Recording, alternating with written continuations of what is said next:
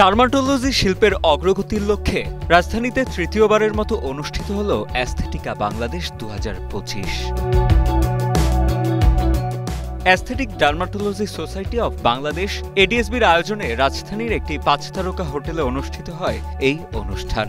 26 থেকে 27 জুলাই 2 দিনব্যাপী আন্তর্জাতিক আয়োজনে ছিল কর্মশালা, প্রদর্শনী এবং কনফারেন্স। তবে এবারের আয়োজনের মূল প্রতিপাদ্য ছিল ascending two new Heights. Knowledge is touching the sky, and we are seeing new things are coming here.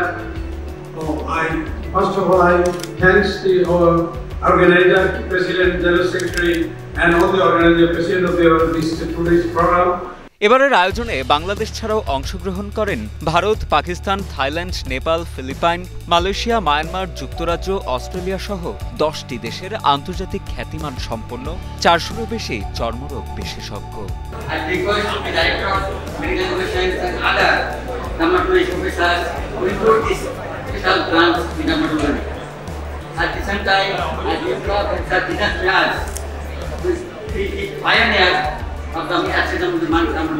ছাব্বিশ জুলাই দিনব্যাপী বিভিন্ন ধরনের কর্মশালার মধ্য দিয়ে প্রথম দিনের পরিসমাপ্তি হয়। 27 জুলাই তৃতীয় আন্তর্জাতিক অ্যাস্থেটিক ডার্মাটোলজি কনফারেন্সের উদ্বোধন করেন প্রধান অতিথি ডক্টর AZM মাইতুল ইসলাম। বিশেষ অতিথি হিসেবে উপস্থিত ছিলেন ডক্টর নাজমুল হোসেন এবং ডক্টর মোহাম্মদ আবু জাফর।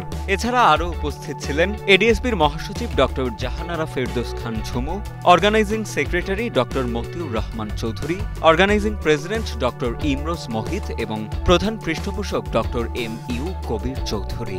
অনুষ্ঠানে ধন্যবাদ জ্ঞাপন করেন এডিএসবির সভাপতি doctor Sarkar Mahbub Ahmed Shamim. Thanks to my organizing team, sponsor, and the delegates. Without delegates, cannot be that much vibrant.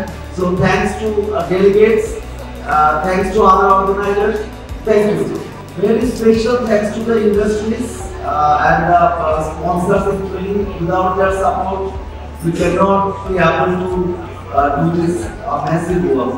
সম্মেলনে অ্যাস্থেটিক ডার্মাটোলজির বিভিন্ন বিষয়ে আলোকপাত করা হয়।